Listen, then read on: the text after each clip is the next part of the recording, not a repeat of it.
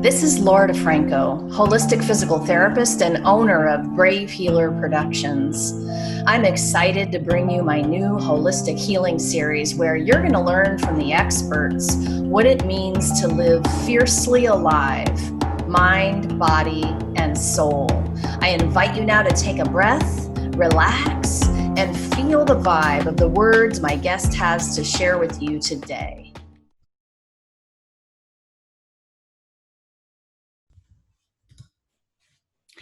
Welcome to the Brave Healing Podcast, everyone. We're changing the world one brave word at a time around here. I am Laura DeFranco, the owner of Brave Healer Productions, and I'm excited to be having a conversation with award-winning poet Kim B. Miller today.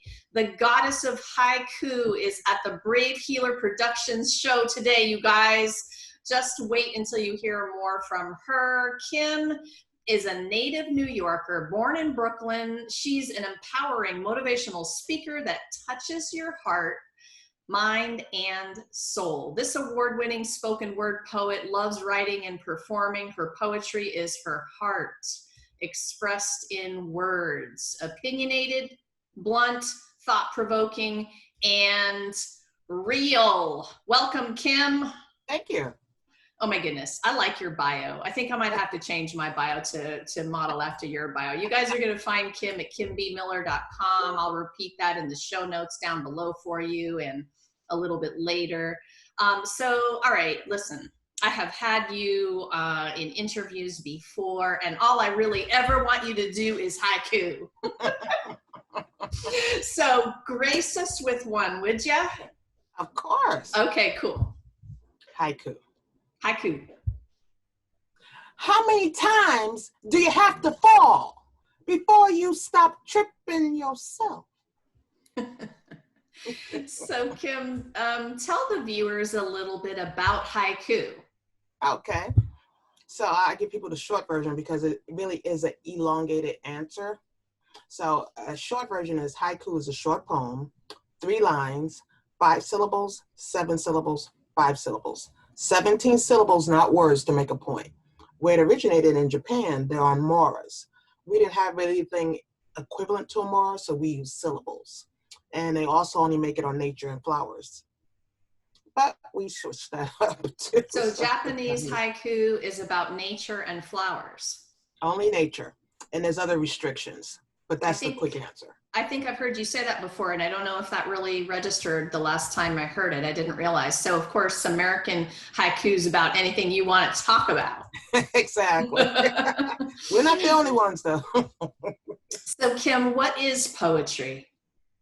Poetry, the beauty of poetry is undefined. There was a time when poetry was so strictly parametered that no one could actually call themselves a poet because the poet people said you weren't a poet. But, thank goodness now, if you have a pen and you have paper or you have a mind, you're a poet. Poet is undefined. And that's the beauty of it. You make what poetry is to you, important to you, about someone else. It's totally, totally a broad subject now. I think it's really important to remind people of this. When I grew up, there were rules, man. And I think that's what turned me off in school. Mm-hmm.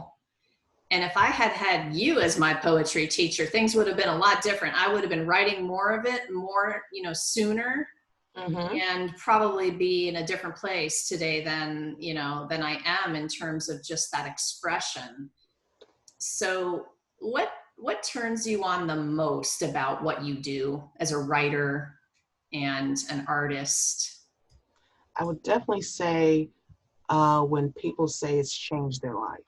That to me is mind-boggling that anything that I wrote was impactful enough that you said, wow, let me think about my life a little differently. Let me look at this problem a little differently. Maybe the situation I'm in could be caused by something I'm doing, or maybe I wasn't fair to someone, and to have that dialogue, or maybe someone was going to do something that they shouldn't. And a poem I wrote changed that. I remember one performance, I did this poem. I don't think I've ever done it again. It was about suicide. And I said, some reason I've never performed it, but I had to do it. Feeling told me I had to do it. When I did it, I said, I don't know who this is for. And if you feel the need to tell me, you don't have to.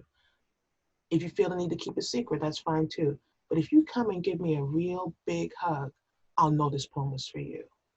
And at the end, someone sitting near me came and gave me a really big hug and said, thank you.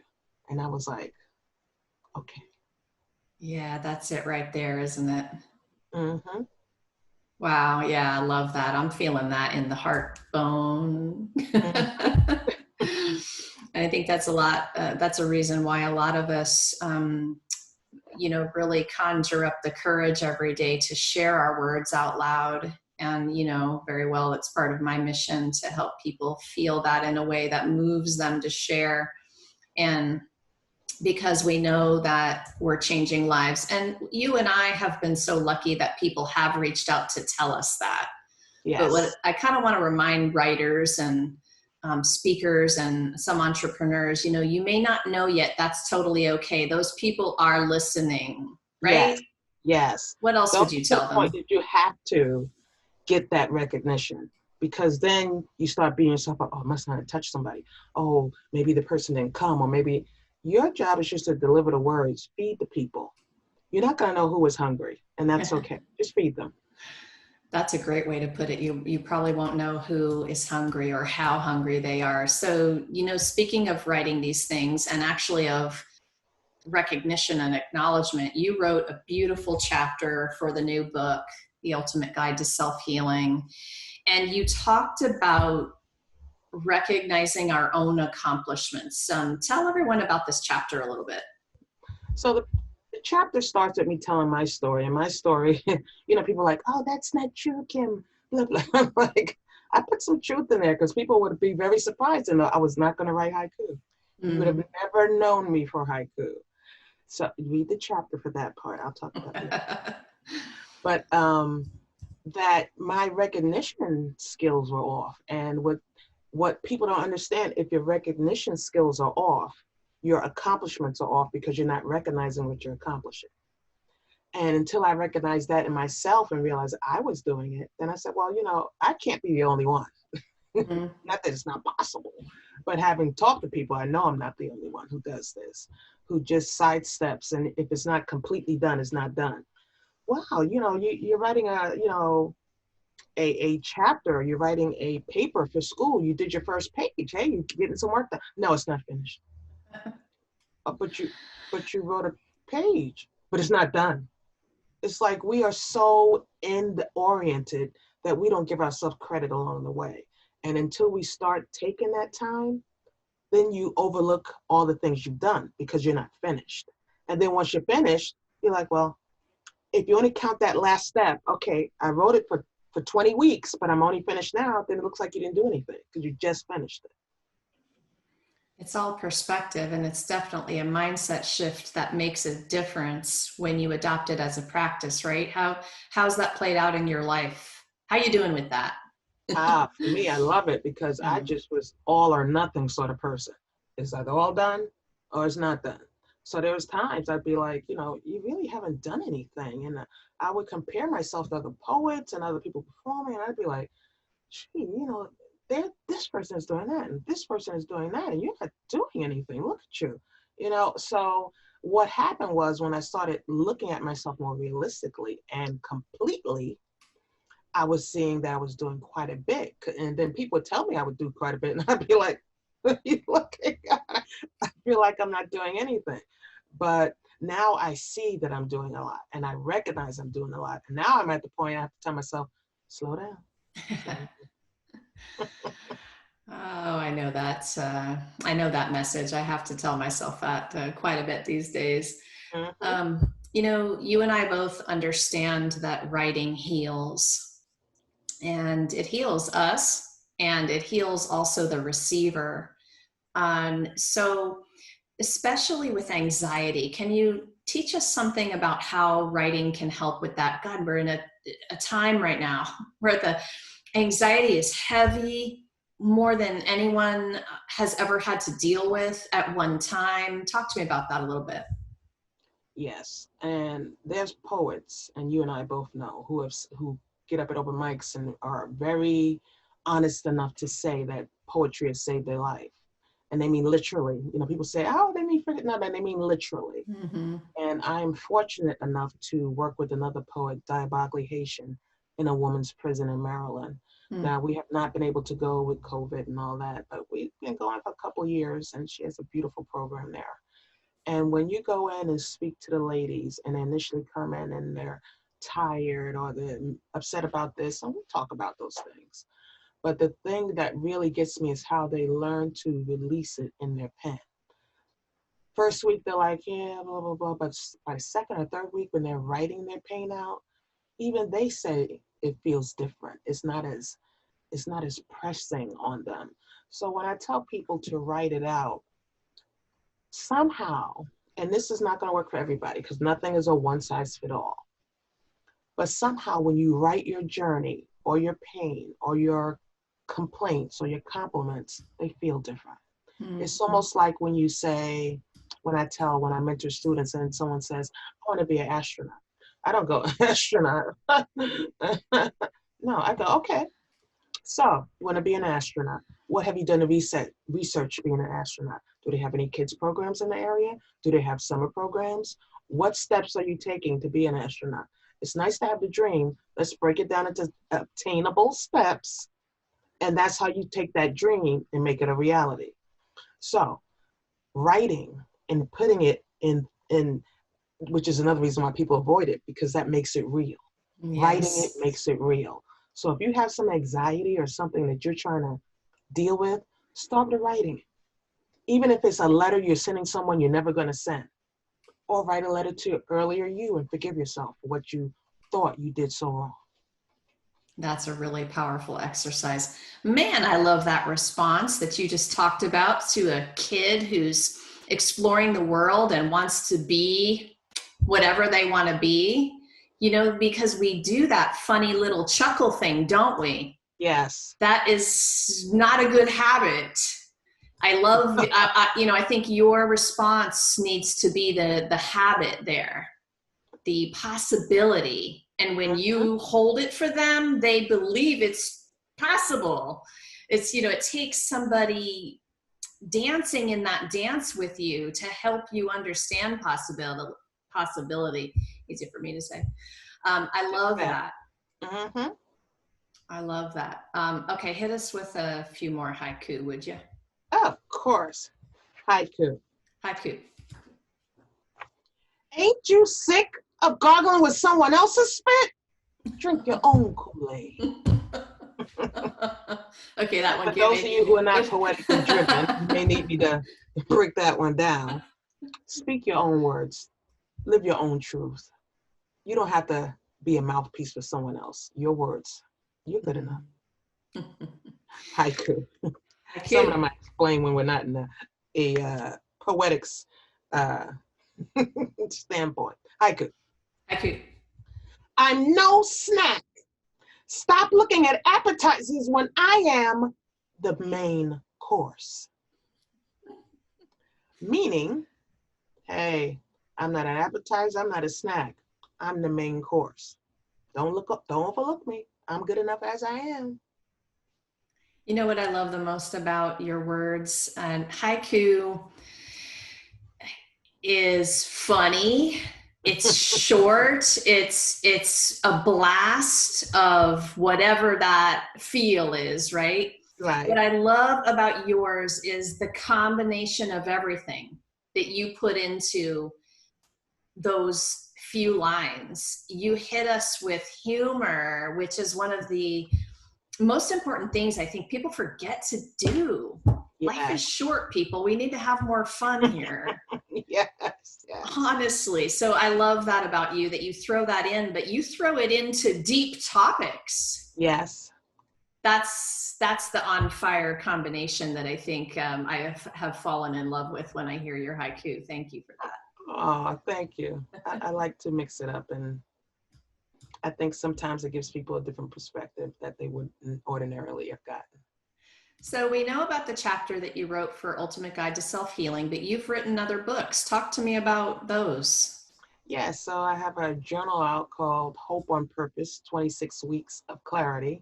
Hmm. And basically, it's I write a one-page write-up on a particular subject because I really want people to write for themselves right after that. So I say something, you write your truth. And the reason why I did that is because one, it was requested, a couple people asked me to write it. And secondly, because it's one of those things that I think we're at a good time in this, not a good time, but COVID has made us be home a little bit more. And I think this is really a great time, excuse me, to work on yourself. This is the time that you can set aside to really fine tune you, to find out about you, to find out the things you kind of overlooked or the things you've heard over and over from different people, but you don't want to own. This is the time for you to decide who you are and who you aren't. So when the noise starts, you'll know who you are. You said something really important that I came upon early in my healthcare career, and that is sometimes when you decide what you don't want to do or who you aren't, that helps you with the clarity of really who you are. Mm-hmm. Do you remember a time where you had to understand who you weren't? Can you give an example, or is it tough to pull one out of the air on that one? Well, me for poetry, because I tell all the young poets when people ask me, that the common question is, what do I do when I'm starting poetry? I tell people, don't listen to any poet. I don't care how famous they are, how unfamous they are. Mm-hmm. Don't listen to anyone. And I don't mean don't listen to their advice. I mean, don't listen to their poetry. Right. Don't listen to anybody and get up and perform. And that's you. And they would be like, but I'm like, here's the problem. You go, you listen to so-and-so, you fall in love with so-and-so. Then you start imitating so-and-so instead of being your true self. And the beauty of poetry is everybody's different. And I was, when I came in down this area, because I'm originally from New York, and did poetry, I didn't know of a lot of loud people. Not to say there weren't any, there's plenty. I just hadn't ventured out enough to know the louder poets. Yes. Some of us are a little loud. Anyway, so at the time when I would perform, I'm like, wow, I seem like the loud one. I'm always loud. And then I was like, well, maybe I should tone. I'm like, no. Whoever when you perform, that's who you are. And you want to be as authentic as possible. So you want to make sure you're not tailoring yourself against, well, maybe the message, and again, if the message changes, my voice changes with it. But the point is, you have to be authentically you. And when you're younger and you hear people, it's natural to imitate them. So I tell them, don't listen to anyone. Write your truth, write pages of it. Let's say you have a book's worth. Then go perform as you and keep that. That doesn't mean you don't fine tune, because I practice and I decide maybe that line, I don't like how that line went there. It's not about not practicing, but it's about being authentically you and being okay with that. If you're the loudest person in the room, if you're the softest, quietest person in the room, it's about getting your point across. Like I tell people, I used to want to be liked. Now I'm like, I don't care if you like me, but you're going to hear me. It's really great advice. I mean, for performers especially, but for anyone, for anyone's life, really, to understand that. Wow, I feel like some days it took me a lifetime to get to the point where I could really not only hear those words you just shared, but practice that. Yes. Yeah, it's that sometimes is a lifelong journey for people, and amazing really to hang out with others who are practicing together, encouraging each other, loving each other, supporting each other through it. I mean, honestly, you also shared a beautiful performance tip just now, and that is that when you embody the voice of the message of the words you've written, sometimes the voice would be quieter. And Yes. sometimes it needs to, just slap you in the face. But those are things you've learned along the way, make you an incredible performer. It makes you really fun to watch. Can you think of anything else like that you want to share with your fellow performers? Yeah, definitely practice. Because people think when you see a poet who's really great at what they do that they don't practice. I practice. I practice. So never get that thought that Yeah. I'm so this, I'm so that, I don't need to practice. Everybody practices. Yeah. And it's okay if you don't have pieces memorized. For poets, this is like a big thing, oh, it's not memorized. What's the matter with you? Mm. There's people who cannot memorize. There's people who aren't good at memorization is not the key. I'm a person who listens for words. Because if you memorize it and it's crap, so what? Yeah. I'm just going to be honest, Can I quote you on that one? I love that. Exactly. People focus on that. I'm like, don't focus on memorization. Focus on your words. Yes. Focus on your delivery of your words. If you deliver it flawlessly, what do I care if you read it or not? People don't understand. And Maya and Nikki very seldom memorized anything of theirs. They are natural born poets, but they read. So I quote them all the time. So don't look at somebody else and say they're not a poet because they don't have theirs memorized. So don't worry about memorization as you worry about how you emphasize words. And it's okay if you're not a spoken word poet. There's a difference. Poets, spoken word poet. Poet basically reads, and I don't mean actually literally reads. I mean basically reads their poem without inference. A spoken word poet makes you feel it. They speak it to you. And that's the difference. So you may be listening to a poet who's happy being a poet. But if they give themselves that label, spoken word poet, it should be a difference. I'm happy to hear you make that differentiation today. Oh, there's a bit of an echo there, isn't there? You hearing that? I didn't hear it on my end. Oh, okay. I'll drive myself crazy with the echo today. I'm really happy to hear you talk about that. You know how you hear something 10 times and you just need to hear it that 11th time the right way? Yeah. I love that. Thank you for that. So, okay, I'm going to change the topic a little bit, but I have a feeling that this topic is going to pull right in with what we've been talking about in terms of poetry and words and healing. Tell me a little bit about how to use music in these areas of our lives where we want to shift our energy. Music is a powerful tool, and people are overlooking music, but we can all, there are very few exceptions to this, most of us, I'll say, can think of a time where that song made us cry, or that song motivated us, or that song reminded us of someone really special who we miss or love, or that song reminds us of that knucklehead we kicked to the curb, or there's songs for everything. And the good songs, the ones that are associated with great memories, or that push us, or think about it. I tell people this snippet when I'm talking to them about music. Have you ever gone to a store and it's been absolutely quiet? No, they use music.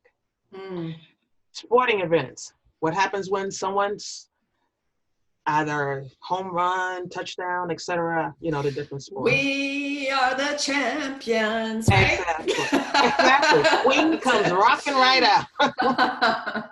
And there's a lot of other ones that they pick also, but Queen is definitely on the list. I'm like, why do these people use music? You just had a touchdown. You really don't need it. Everybody can be clapping and roaring. You don't have to have music. It's because it's motivating. It changes the mood. People hear it. Their feelings change. They get up and some people start dancing. They start cheering. They start singing along. If all these major companies use music to that degree, it's because it affects the mindset. So should we. Use it for our benefit. Use it for us when we're down. Use it for us when we've made an accomplishment. Cheer yourself.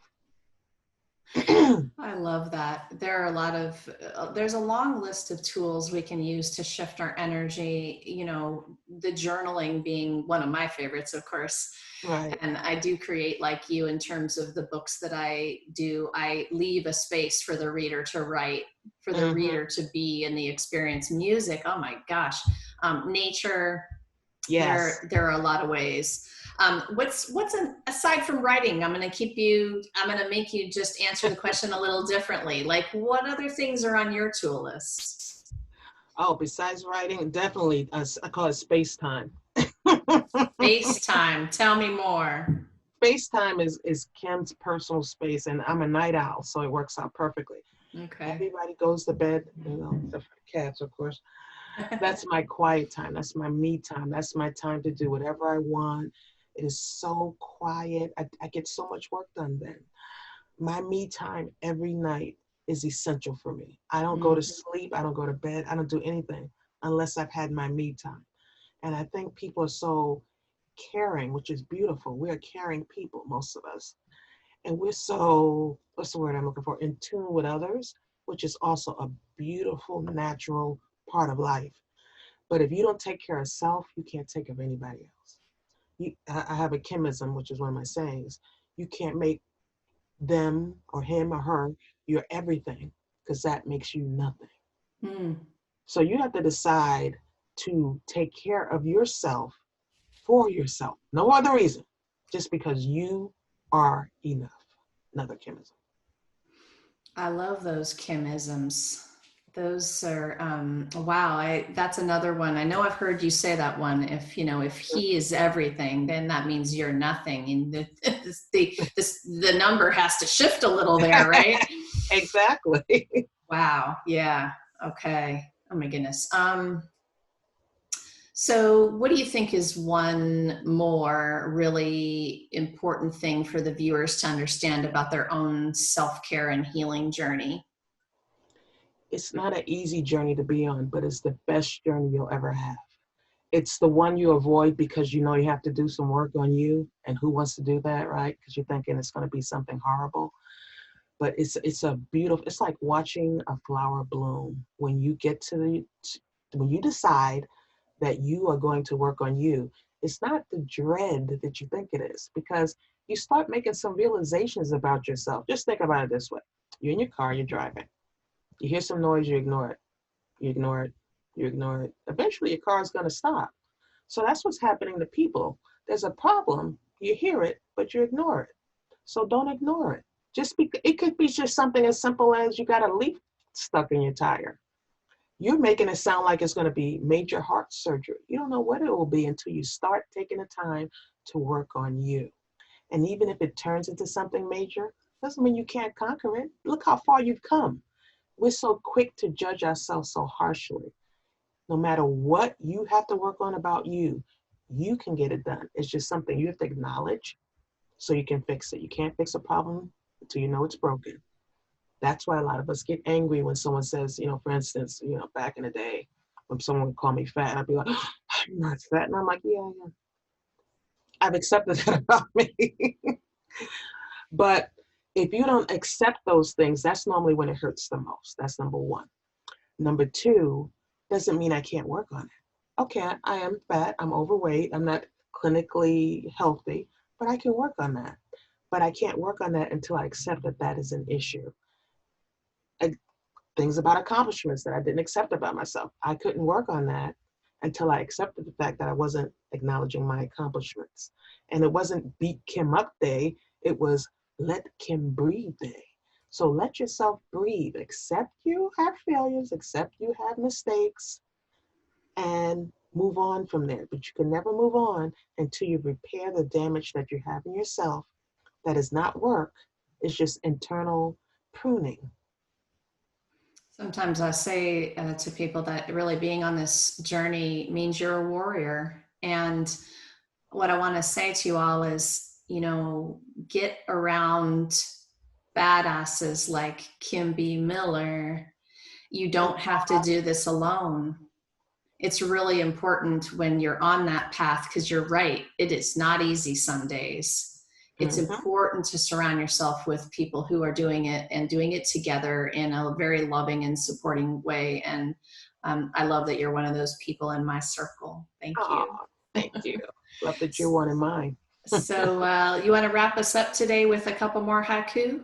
Sure will. Okay. Actually, I'll throw in a Kimism first. Great. And this one is in the book. Your Lamborghini mentality will not help you if you only have Ford goals. Have a Ford? I might need to look at that a little Yes, closer. I have a Ford too. Well, I can see that red Lamborghini right now, though. You're giving me the visual. Okay. Exactly. All right. Give us one more. Okay, Kimism. Dreams do not need cosigners. Be you, do you, for you. I love it, Kim. Thank you. Thank you so much for what you're doing in the world, and honestly, to be here with me again to share it with everyone. My pleasure.